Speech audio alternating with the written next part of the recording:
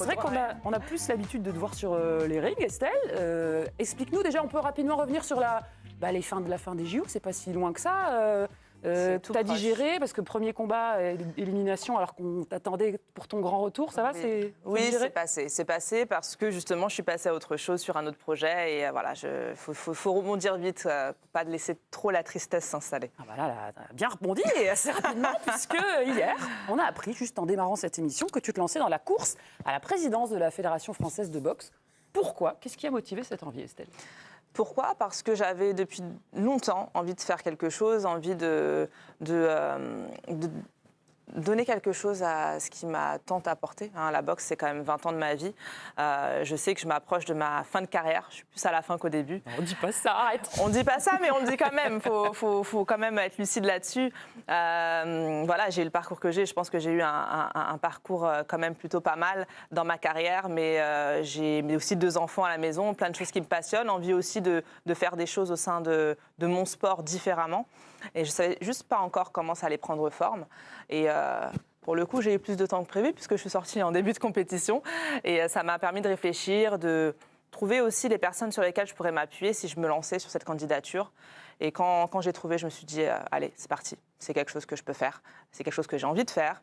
Et c'est un combat différent que je vais mener pleinement avec des idées nouvelles que j'ai envie d'apporter à cette fédération. Et quand l'info est tombée hier, ça a un peu surpris tout le monde, et notamment Thomas, pour en avoir parlé. Je crois que tu as une petite question pour Estelle. Non, la première réflexion que je me suis fait, c'est... Faites. C'est pas... Ouais. Corrige. Après, je suis pas allé à l'école. Mais c'est surtout quel courage, parce que forcément, on pense à une femme qui va se présenter à la présidence de la fédération de boxe. On parle de la boxe. Donc voilà comment... Même dans le sport, de manière générale. Oui, globalement, mais la boxe reste aussi quand même un sport très masculin. Je vais pas dire macho, mais masculin. Voilà, juste savoir comment tu te sens sur la ligne de départ avant de démarrer cette campagne. Et voilà, je trouve ça vraiment très courageux, très bien. Et voilà, savoir si tu n'as pas cette appréhension justement de ce statut de femme si tu arrives en tant que présidente de la fédération. Merci. Merci. C'est vrai que beaucoup me disent c'est courageux, mais très honnêtement, je me sens en pleine forme. On va dire que tous les milieux que j'ai côtoyés tout au long de ma vie n'ont été que des milieux où il y avait beaucoup d'hommes. En tant qu'ingénieur, il y avait beaucoup d'hommes. En tant que boxeuse, il y avait beaucoup d'hommes. Donc, c'est pas très différent de ce que j'ai l'habitude de côtoyer. Et très honnêtement, je n'ai absolument pas peur de ça. Je pense même que ça peut être une force. Voilà, j'apporte une vision différente avec peut-être une sensibilité différente. J'ai envie d'être très proche des boxeurs, d'être proche des clubs, d'être proche de ceux qui m'ont amené jusque-là, qui m'ont amené jusqu'à la haute compétition, qui m'ont amené jusqu'au titre olympique. Je n'oublie pas d'où je suis partie. Et c'est aussi une des raisons pour laquelle, même si le challenge est haut, même si ça va être intense là, dans les prochains mois, dans les prochaines semaines, j'ai quand même envie de le faire avant que toute cette envie s'essouffle, parce que j'aurais très bien pu attendre 4 ans et me dire, allez, c'est un peu tôt, j'apprends un peu le métier et je me présente dans 4 ans. Mais je pense que dans 4 ans, je serai passée à autre chose. Aujourd'hui, c'est quelque chose qui me donne envie. Je sors des Jeux Olympiques avec un élan sportif que tout le monde a vécu. Et je me dis, si on ne fait pas quelque chose maintenant, on aura perdu un peu cet élan. Et pour un sport comme la boxe qui a vraiment besoin d'être valorisé, d'être mis en avant, ou qui a vraiment besoin aussi, je pense, de renouveau, d'idées nouvelles, d'une nouvelle énergie. De jeunesse aussi. De jeunesse. Je pense que c'est vraiment le moment. Tu ressens pas cette défiance en tant que femme, là, maintenant que tu as... alors j'imagine que tu as discuté avec des personnes avant d'annoncer ta candidature hier, mais tu le ressens pas pour le moment ce Non, statut. je ressens pas encore. Bon, par rapport au fait que je sois une femme, pas du tout. Okay. Peut-être par rapport à ma jeunesse, oui. 32 ans. Voilà, 32 ans. Alors qu'on a eu que des présidents de 60 ans et complètement. C'est le problème de cette fédération. Ça, c'est peut-être ça là où il y aurait de la défiance pour certains, mais pour moi, je suis à ma juste place au bon moment, c'est-à-dire à un moment où je suis encore dedans. Je ne suis pas en dehors des réalités, je sais ce qui se passe parce que je suis pratiquante, je suis boxeuse au plus haut niveau, mais toujours très proche des clubs. Et puis, je suis presque à la fin. Donc, ce rôle de présidente, je vais le prendre pleinement une fois que j'aurai tourné la page. Et ça, ce n'est pas une question d'année, c'est une question de moi. Ok. Moi, Estelle, j'ai une question par rapport à la légitimité. De toute façon, tu l'as, je pense qu'il n'y aura pas trop de débat par rapport à ça. Pas ouf, mais quelle est ta vision? Qu'est-ce que tu vas apporter, toi, en fait, à cette fédération qui, on le dit, justement, c'est un bourbier. Hein. Enfin, de l'extérieur, moi, c'est comme ça que je le vois. Poussiéreuse. Donc, qu'est-ce que toi, tu vois? Quelle est ta vision? Où est-ce que tu veux l'emmener, cette fédération? Comme j'ai dit tout à l'heure, j'ai envie d'être présidente avec une énergie nouvelle. J'ai envie d'apporter une énergie nouvelle au sein de cette fédération. Et mon programme, j'ai commencé à l'écrire sans dévoiler encore toutes les lignes. Il y a quand même 3 grands axes qui ressortent. C'est se rapprocher réellement des clubs et des boxeurs, finalement se rapprocher de ceux qui font la boxe, aller à leur rencontre justement pour établir petit à petit ce programme au plus juste de la réalité actuelle des choses. Et pour moi, il y a un soutien au niveau des clubs qui n'est pas assez fait et qui doit être davantage fait. Un soutien humain, mais aussi un soutien financier. Faire le point, en fait, réellement sur leurs besoins. Quels sont vos besoins actuellement pour pouvoir continuer à entraîner des jeunes, à accueillir des jeunes du mieux possible? Parce qu'on dit qu'on a 65 000 licenciés, mais pour moi, ce n'est pas énorme d'avoir 65 000 licenciés. Quand on a une réelle volonté d'avancer, d'attirer davantage de pratiquants, on ne se limite pas à un passage de 64 000 à 65 000 licenciés, à 66 000. Quand on voit l'avancée du badminton en 10 ans, ils sont passés justement du niveau où on était à plus de 200 000 aujourd'hui. Ça veut dire revoir les statuts des boxeurs, ça veut dire revoir les statuts aussi de ceux qui forment. Ça veut dire déjà être capable de ramener déjà plus d'argent au sein de la fédération pour pouvoir la redistribuer auprès des clubs. La première chose. Après, ça veut dire aussi attirer un public différent. Pour moi, il y a un travail à faire au niveau des scolaires. Il y a un travail d'accompagnement à faire au niveau des professeurs d'OPS parce que la boxe a tout à fait sa place à l'école. On n'en fait pas. Et l'éducation nationale a un rôle partout, en fait. L'éducation nationale a un rôle partout. Moi, j'ai commencé à faire du sport à l'école, je n'ai pas commencé en club. Et pour le coup, je n'ai pas commencé avec la boxe parce qu'on ne proposait absolument pas de boxe à l'école. On proposait d'autres disciplines.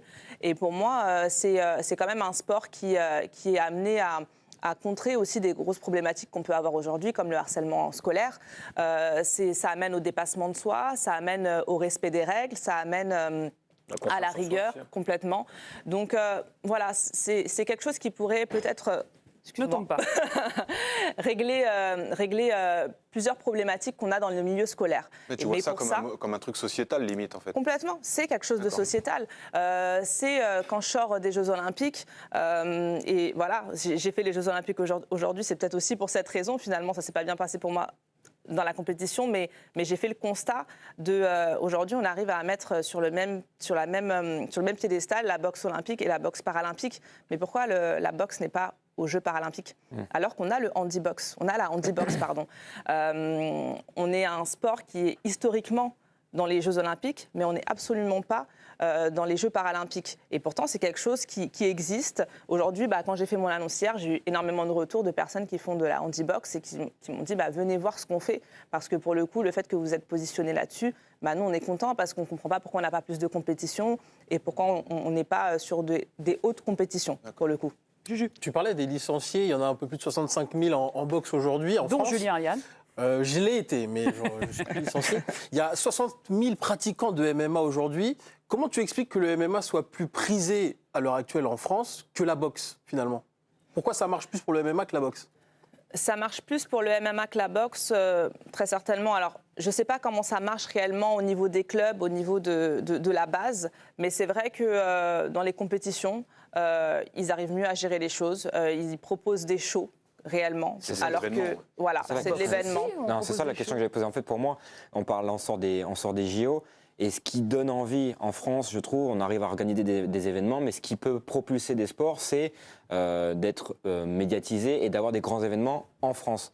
Et là, les JO, on parle d'une boxe olympique, on a les ping-pong, etc. Il n'y en a pas assez, clairement. Moi, je regarde la boxe, moi, mon petit niveau, mais les grands rendez-vous, les très grands championnats du monde, les championnats du monde en France, on n'a rien. Parce qu'on n'a rien. Le seul frisson qu'on a eu boxe dans notre pays, c'est Tony. Et en fait, je trouve qu'on manque concrètement d'organisation de grands rendez-vous boxe qui peuvent sensibiliser les nouvelles générations à se dire mais le show il est incroyable, on peut imaginer dans des salles énormes chez nous. Et pourtant tu t'es lancé là-dedans toi aussi, donc tu sais ce que c'est. Et pourtant je me suis lancée là-dedans, c'est quelque chose de totalement possible, mais au bout d'un moment, il y a aussi des choses, c'est pareil, ça fait partie du troisième axe que j'ai envie de développer là dans mon programme, c'est qu'au niveau international, il y a un travail fédéral à faire. Il y a un travail à faire au niveau de la boxe olympique, Très clairement, moi, je trouve ça inacceptable qu'on soit aux Jeux Olympiques et dans un combat comme celui de Sofiane, aussi serré qu'il est, Sofiane Oumia, on n'est pas une médaille d'or. Franchement, j'étais on a tous sortie souffert, de cette... Ouais, c'était très dur. Alors, je me suis dit, ça va être ma consolation de voir enfin une nouvelle médaille olympique et de voir Sofiane briller. Et là, au final, c'est serré et ça passe pas alors qu'on est à domicile et qu'on organise les Jeux Olympiques. Donc moi, cette dimension internationale, elle est hyper importante, elle est essentielle. On est quand même dans un sport comme la boxe, on sait comment ça se passe, on sait comment ça marche. On doit montrer qu'on est une grosse nation de boxe aux autres pays. Et quand on ne va pas voir les autres pays, quand nos présidents ou voilà, des membres influents de la fédération ne se déplacent pas pour aller voir les autres pays, forcément, c'est un moins pour nous et pour nos boxeurs. Quand on n'organise pas à domicile aussi, parce qu'on n'organise pas du tout. On a eu les Jeux Olympiques, on n'a pas été capable, même un pays à pays, de l'organiser. On n'a pas eu de tournoi, on n'a pas eu de championnat, on n'a rien eu. Donc pour moi, c'est un peu... Et tu as la réponse de pourquoi ? Pourquoi ? Parce que la fédération... C'est que c'est une envie de ne pas le faire ou c'est parce qu'il n'y a pas d'accord ? Manque de moyens ? Non, je pense que c'est un manque de moyens, très certainement, mais aussi peut-être qu'on ne maîtrise pas, on ne sait pas comment faire. Aussi.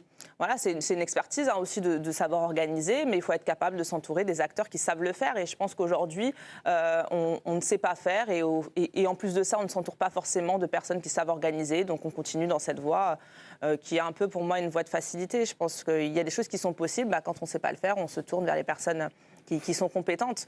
Mais oui, c'est aussi, il faut de l'argent pour ça. Donc c'est pour ça que pour moi, il y a vraiment un travail de fond à faire au niveau de la fédération et savoir comment ramener plus d'argent au sein de cette fédération. Ça passe par davantage de licenciés, ça passe par des projets aussi à apporter très certainement, puisqu'il y a des plans de financement qui existent au sein du ministère. Voilà, il y a plein de leviers. Mais il faut être...